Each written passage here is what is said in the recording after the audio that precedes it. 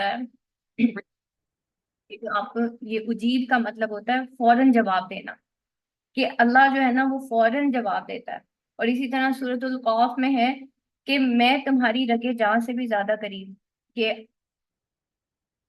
کہ سوری، اللہ تو تمہاری رگے جان سے بھی زیادہ قریب ہے۔ تو اللہ ہم سے دور ہو جاتا ہے، اس کا مطلب ہے ہم اللہ سے دور ہو جاتے ہیں لیکن اللہ ہم سے دور نہیں ہوتا۔ ٹھیک ہے، تو اجیب فوراً جواب دینا، معنی اس کا جواب کا سننا، قبول ہونا، ماننا، جواب دینا ایز اٹ از، یعنی کہ جیسے ہم نے اللہ سے مانگا اللہ نے ہمیں ویسا دے دیا۔ حدیث میں ہے نا، اللہ بندے کو ویسا ملتا ہے جیسا اس کا گمان ہوتا ہے۔ ٹھیک ہے، اگر آپ کا گمان ہے نا کہ آپ کوشش کریں گے اور آپ کامیاب ہو جائیں گے تو آپ کامیاب ہو جائیں گے۔ جو اچھے لوگ ہوتے ہیں نا وہ کچھ بھی نہیں کرتے، وہ صرف آپ کا گمان چینج کرتے ہیں، اور جو برے لوگ ہوتے ہیں وہ بھی کچھ نہیں کرتے، صرف آپ کا گمان چینج کر دیتے ہیں۔ اور شیطان بھی کیا کرتا ہے، وہ آپ کا گمان بدل دیتا ہے۔ اللہ نے تو معاف کرنا نہیں، اب تو تمہارے اتنے گناہ ہو گئے ہیں، اللہ تو تمہیں معاف کر دے گا، وہ تو بخشنے والا ہے۔ تو شیطان بھی تو یہی کرتا ہے نا، تو انسان جو ہے اللہ بندے سے ویسے ملتا ہے جیسے اس کا گمان ہوتا ہے۔ اب یہاں پہ دیکھیں کہ اللہ جو ہے کبھی کبھار دعا کی وجہ سے مصیبت میں بھی ڈالتا ہے اور آخرت میں وہ ذخیرہ کر لیتا ہے، یعنی کہ دعا ہر حال میں قبول ہوتی ہے، ہماری دعا قبول ہوتی ہے۔ بہت سارے لوگ کہتے ہیں نا کہ ہماری دعا قبول کیوں نہیں ہوتی، ہم اللہ سے مانگتے ہی انسان بدلتا کیوں نہیں ہے، لیکن اگر تو دوسرے انسان کی آپ بات کر رہے ہیں نا تو اللہ تعالیٰ نے آپ پہ فرض نہیں کیا یا آپ کو یہ اختیار نہیں دیا کہ آپ کی وجہ سے کوئی اور بدل جائے۔ ٹھیک ہے، نبی پاک صلی اللہ علیہ وسلم نے بھی آپ دیکھیں کہ کتنا پیار کرتے تھے نا اپنے چچا سے، حضرت ابو طالب سے۔ تو کیا حضرت ابو طالب کو انہوں نے کوئی زبردستی کی تھی، یا اس چیز میں وہ ڈپریشن میں آ گئے تھے کہ میرے چچا میری بات نہیں مانتے، یا وہ کیوں اسلام میں داخل نہیں ہو رہے؟ تو اللہ تعالیٰ نے اختیار تو نبیوں کو بھی نہیں دیا نا کہ وہ ہدایت دے سکیں، تو ہم نے صرف کوشش کرنی ہوتی ہے، تو صرف کوشش تک کا مادہ ہمارے تک ہے۔ اسی طرح دعا تک کا مانگنا جو ہے نا وہ ہمارے ہاتھ میں ہے کہ ہم نے کوشش کرنی ہے، باقی اس کا صلہ اللہ کیسے دیتا ہے، وہ دنیا میں دیتا ہے، آخرت میں دیتا ہے، وہ اچھے طریقے سے دیتا ہے یا وہ اس کے عوض ہمیں کچھ اور دے دیتا ہے، یعنی کہ وہ چیز چھین لیتا ہے، ہو سکتا ہے وہ پتہ نہیں کتنی بری ہو ہمارے لیے، ہمارے حق میں بہتر نہ ہو جو ہم مانگ رہے ہو۔ آپ کا بچہ آپ سے آگ مانگے، آپ دے دیں گے؟ آپ کے بچے کو تو اس وقت اچھی لگ رہی ہے نا کیونکہ وہ بہت برائٹ ہے۔ اکثر بچے جو ہیں وہ ماں باپ سے کہتے ہیں کہ وہ مجھے چندہ ماموں لا کے دے دیں، تو نہیں، ماں باپ لا کے دے سکتے ہیں نا۔ ٹھیک ہے، تو آپ اپنے بچے کو کبھی آگ سے تو نہیں کھیلنے دیں گے نا، تو آپ کو کیا پتا کہ وہ چیز آپ کے لیے کتنی بری ہے، اس وجہ سے اللہ تعالیٰ اس کو آپ سے دور کرتے جا رہے ہیں، اور اس کی حالانکہ اللہ کو پتا ہے کہ یہ چیز آپ کے لیے بہتر نہیں ہے، لیکن اس کے عوض اللہ تعالیٰ کیا کریں، جو آپ اس چیز کے نہ ملنے پہ صبر کر رہے ہیں نا، اللہ تعالیٰ اس دعا کو آخرت میں ذخیرہ کرتے جا رہے ہیں، اور جب ہم جنت میں پہنچیں گے، جب ہمیں دکھائی جائیں گی وہ دعائیں جو کہ پورا گلدستہ بن کے ہمارے سامنے آئیں گی، تو اس دن ہم اللہ سے دعا مانگے، ہم سوچیں گے، ہم کہیں گے کہ کاش ہماری ایک بھی دعا قبول نہ ہوئی۔ یہ اتنی ساری دعائیں ہماری یہاں پہ اکٹھی ہو گئی ہیں جو کہ دنیا میں قبول نہیں ہوئی، تو دعا قبول ہوتی ہے، کچھ دنیاوی لحاظ سے قبول ہوتی ہیں اور کچھ آخرت کے لحاظ سے قبول ہوتی ہیں۔ پھر اس کے بعد ہے فل یستجیبوا لی، ان کو چاہیے کہ اللہ کی اطاعت کریں اور دعا کریں، کوئی نیکی کا کام کریں تو دعا قبول ہوگی۔ ٹھیک ہے، ٹارگٹ جو ہے جیسے حضرت ابراہیم علیہ السلام کی جو دعا ہے وہ 2500 سال بعد قبول ہوئی، یعنی کہ کون سی دعا انہوں نے اللہ تعالیٰ سے دعا مانگی تھی نا کہ یہ جو مکہ ہے اس میں یہ جو حضرت اسماعیل علیہ السلام ہے ان کی نسل سے کوئی نبی آئے، تو کب کب قبول ہوئی؟ 2500 سال بعد۔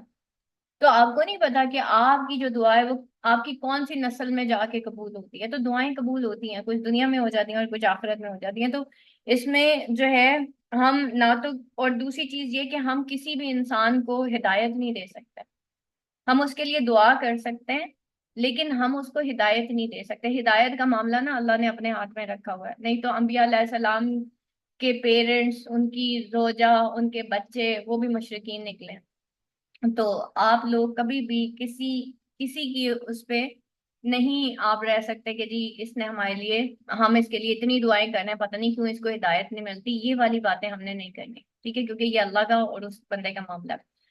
اگلی جو آیت ہم نے کل پڑھی تھی وہ یہی ہے کہ حلال کر دیا گیا تمہارے لیے رات روزے کے بے حجاب ہونا اپنی عورتوں سے، یعنی کہ دیکھیں اس دور میں یہ ہوا تھا کہ کیونکہ 24 گھنٹے کا روزہ ہوتا تھا پہلے، آپ کو پتہ ہی ہے، ٹھیک ہے، روزے پہلے 24 گھنٹے کے ہوتے تھے. تو مسلمان جو ہے ان کے لیے یہی تھا کہ وہ اپنی بیویوں سے مباشرت نہیں کر سکتے تھے. تو بعض اوقات یہ ہوتا تھا کہ وہ رات کے پہر میں کہیں پچھلی دیوار سے آیا کرتے تھے. تو پھر یہ جو آیات ہیں یہ نازل ہوئی تھی، اور پھر اس میں کہا گیا کہ حلال کر دیا گیا تمہارے لیے رات کے روزے کے بے حجاب ہونا، یعنی کہ اپنی خواتین سے مباشرت کرنا. وہ لباس ہیں تمہارے لیے اور تم لباس ہو ان کے لیے. اب یہاں پہ نا اکثر ایک مس انٹرپریٹ کیا جاتا ہے اس آیت کو کہ جی یہ لباس جو ہے کیسے جی لباس ہوگی عورت، اور یہ کیسے ہو گیا. تو لباس بیسیکلی کیا ہوتا ہے؟ لباس آپ کی زینت کا سبب ہوتا ہے، خوبصورتی کا سبب ہوتا ہے، سکون کا سبب ہوتا ہے، عیب چھپاتا ہے ایک دوسرے سے. تو اب کیا ہوتا ہے، میاں بیوی کا کوئی بھی عیب ایک دوسرے سے چھپا ہوا نہیں ہوتا، ٹھیک ہے. تو اس طرح سے جتنا پرانا لباس ہوگا نا وہ اتنا ہی پرسکون ہوگا. آپ دیکھیں، آپ پرانا لان کا سوٹ اٹھا کے دیکھ لیں، آپ کو وہ اور بھی زیادہ سکون. اسی طریقے سے آپ کا یہ جو ریلیشن شپ ہوتا ہے نا، میاں بیوی کا جو ریلیشن شپ ہوتا ہے، یہ بیسیکلی سکون کا باعث ہوتا ہے. اور یہ جتنا پرانا ہوتا ہے اتنا سکون کا باعث ہوتا ہے. آپ اس ریلیشن سے جتنے دور جائیں گے نا آپ اتنے بے سکون ہو جائیں گے. آپ دیکھیں کہ ایک گھر میں رہتے ہوئے جو میاں بیوی ایک دوسرے سے دور رہنا شروع ہو جاتے ہیں، یا فیملی پالیٹکس شروع ہو جاتی ہے، یا بچے ڈیوائیڈ ہو جاتے ہیں میاں بیوی کے اندر، تو آپ دیکھیں کہ اس فیملی کا پھر کیا بنتا ہے. کیونکہ اصل میں یہ جو جوڑا ہے نا، یہ جو جوڑا ہے، ٹھیک ہے، اس میں اللہ نے سکون رکھا. اللہ تعالیٰ نے خود قرآن میں فرمایا کہ ہم نے ہر چیز کو جوڑے جوڑے بنایا اور ہم نے اس میں سکینت رکھی. سکینت کا مطلب ہے سکون. آپ کا لاکھ اختلاف ہو جائے، آپ کا لاکھ اختلاف ہو جائے، لیکن کیا ہے کہ اللہ تعالیٰ نے اس رشتے کے اندر جو ہے نا ایک سکون رکھا ہوتا ہے. تو ہم نے اس لیے جو ہے سکون بننا ہے، ٹھیک ہے. اگر آپ اوور آل پورے قرآن کو کھول کے دیکھیں نا تو 4 چیزیں ہیں جس میں اللہ تعالیٰ نے سکون رکھا ہے. نمبر 1، اللہ بذکر اللہ تطمئن القلوب. نمبر 2، زوجین، میاں بیوی، ٹھیک ہے. اس وجہ سے طلاق کو جو ہے نا بہت ہی برا عمل، یعنی کہ حلال عمل میں سب سے ناپسندیدہ عمل کہا گیا، کیونکہ اس سے اس کے سائیکولوجیکل افیکٹس جو ہیں وہ بہت زیادہ ہوتے ہیں. اور اوپر سے ماشاءاللہ سے ہماری سوسائٹی بھی تو دیکھیں نا کس طرح کی ہے. تو بیسیکلی جب وہ جوڑا ٹوٹتا ہے تو اس کا ناٹ اونلی سوسائٹی کے اوپر ایک بیڈ افیکٹ پڑتا ہے، بلکہ اس پورے جوڑے پہ جو میاں بیوی دونوں ہوتے ہیں ان پہ بھی بہت برا افیکٹ پڑتا ہے.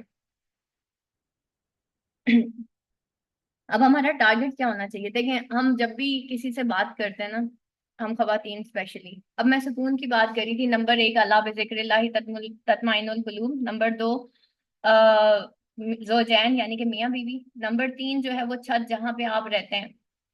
آپ کہیں چلے جائیں، آپ مری چلے جائیں، آپ باہر چلے جائیں، کسی فورن کنٹری میں چلے جائیں، واپس آپ کو اسی چھت کے نیچے سکون آنا ہے جو اللہ نے آپ کے لیے رکھی ہے. اور اسی چھت کو چھوڑنے کے لیے عورتیں بھاگتی ہیں گھر سے، ٹھیک ہے، اور بے پردہ ہوتی ہیں اور پھر نوکری کرتی ہیں. آپ نوکری کریں، ضرور کریں، لیکن اس صورت میں کریں جب آپ کو کوئی فاقوں کی نوبت آ جائے، اللہ نہ کرے. یہاں پہ کریئر پہلے آ جاتا ہے، پردہ کدھر گیا، آپ کے بچوں کی ٹریننگ کہاں گئی، سب کچھ کہاں گیا، کریئر پہلے آ جاتا ہے. تو کریئر بہت بات کی بات ہے. وہ بھی عورت اس وقت نوکری کر سکتی ہے جب گھر میں فاقوں کی نوبت آ جائے، اگر بہت ہی آپ کو نوکری کرنے کی. ادروائز بزنس کریں نا گھر میں بیٹھ کے، جیسے حضرت خدیجہ رضی اللہ عنہا نے کیا تھا. اب تو آن لائن اتنا کام آ گیا ہے، آپ لوگ گھر میں بیٹھ کے آن لائن ارننگ کر سکتے ہیں. تو حضرت خدیجہ رضی اللہ عنہ کو پاکیزہ کہا جاتا تھا. ان کا لقب تھا طاہرہ. طاہرہ کا مطلب ہے پاکیزہ، ٹھیک ہے. تو کیا اس لیول پہ جا کے آپ لوگ بزنس نہیں کر سکتے؟ ٹھیک ہے، کیا پیسے نہیں کما سکتے؟ تو نمبر 2 ہوتی ہے نوکری. وہ اس صورت میں ہوتی ہے جب آپ کے بالکل ہی جو ہے نا ہینڈ ٹو ماؤتھ ہو جائے، تب پھر عورت باہر نکلے. لیکن پردہ وہ اپنا ختم نہیں کر سکتی. کچھ لمیٹیشنز، اگر آپ وہ لمیٹیشنز برقرار رکھ سکتی ہیں تو آپ ضرور جو ہے وہ جاب کریں. لیکن اس کی بھی کچھ وہ ہے کہ اگر آپ کی فیملی اگنور نہیں ہو رہی، آپ کا آپ کو لگتا ہے آپ کی نوکری کی وجہ سے آپ کے بچے اسپوائل ہو جائیں گے، تو پھر آپ مت کریں، ٹھیک ہے. تو آپ کو اسی گھر کے نیچے سکینت ڈھونڈنی ہے جہاں پہ آپ رہتے ہیں. نمبر 4 ہے رات. جو لوگ رات کو لیٹ نائٹ سوتے ہیں نا ان کو سکون نہیں ملتا. رات کو دیر سے سونا، صبح لیٹ اٹھنا، ٹھیک ہے. پھر کیا ہوتا ہے کہ ایک تو ان کے اندر سائیکولوجیکل پرابلمس شروع ہو جاتے ہیں، اور ان کے اندر فزیکل پرابلمس بھی شروع ہو جاتے ہیں، یعنی کہ بیماریوں کا وہ شکار ہو جاتے ہیں. تو یہ 4 چیزیں جس میں اللہ نے سکون رکھا ہے. ہم دولت میں ڈھونڈ رہے ہوتے ہیں، بڑے گھر میں ڈھونڈ رہے ہوتے ہیں، گاڑیوں میں ڈھونڈ رہے ہوتے ہیں. اب یہاں پہ بھی اللہ تعالیٰ لباس سے اس ریلیشن شپ کو تشبیہ دے رہے ہیں. آپ کی لاکھ بھی اختلاف ہونا، آپ آج صلح کر لیں، آپ کو سکون ہو جائے گا. اور یہ رشتہ بڑا خوبصورت رشتہ ہے کہ آپ کی لاکھ لڑائی ہوتی ہے نا، آپ بس ایک دفعہ صلح کر لیتے ہیں، آپ کو پچھلے سارے غم بھول جاتے ہیں کہ کچھ ہوا بھی تھا، ایسے ہی ہے کہ نہیں ہے؟ ٹھیک ہے، اسی طریقے سے اب یہاں پہ موسٹلی ہم لوگ کیا کرتے ہیں، یہاں پہ دیکھیں جتنا لباس نیا ہوتا ہے اتنی ہی خوبصورتی کا باعث بنتا ہے، اور جتنا پرانا ہوتا ہے اتنا ہی سکون کا باعث بنتا ہے۔ تو ایسا نہیں ہے کہ بڑھاپے میں آپ کے لیے یہ جو میاں بیوی کا تعلق ہے کہ جی شوہر بوڑھا ہو جائے گا یا بیوی بوڑھی ہو جائے گی تو شاید تعلقات خراب ہونا شروع ہو جائیں گے، نہیں ایسا نہیں ہے۔ لباس جب نیا ہوتا ہے تو وہ زینت کا باعث ہوتا ہے، اور لباس جب پرانا ہو جاتا ہے تو کیا ہوتا ہے، سکون کا باعث ہوتا ہے۔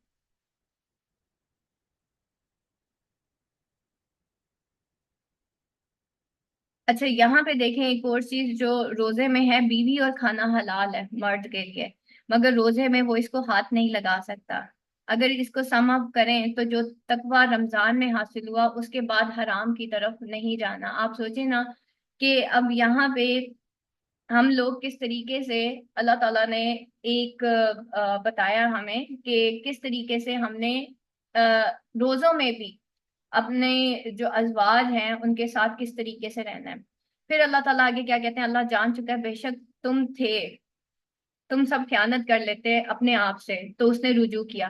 اللہ تعالیٰ کو پتا تھا کہ تم خیانت کرتے، یعنی کہ تم ضرور بیچ میں سے کوئی نہ کوئی نکالتے، جیسے میں نے آپ کو بتایا کہ صحابہ کرام بیک ڈور سے یا بیک والے دروازے سے آتے تھے جب وہ اعتکاف میں بیٹھا کرتے تھے۔ تو اللہ تعالیٰ نے کیا کیا، تم پر درگزر کر دیا انتم، یعنی کہ پھر یہ ہوا کہ رمضان میں ہمارے جو روزے ہیں وہ رمضان میں مغرب تک کے ہیں، ٹھیک ہے، اس لیے اللہ تعالیٰ نے کہا بس اب تم سب مباشرت کرو اور تم سب سے طلب کرو جو لکھ رکھا ہے اللہ نے تمہارے لیے، اور تم سب کھاؤ پیو یہاں تک کہ نمایاں ہو جائے تمہارے لیے سفید دھاری۔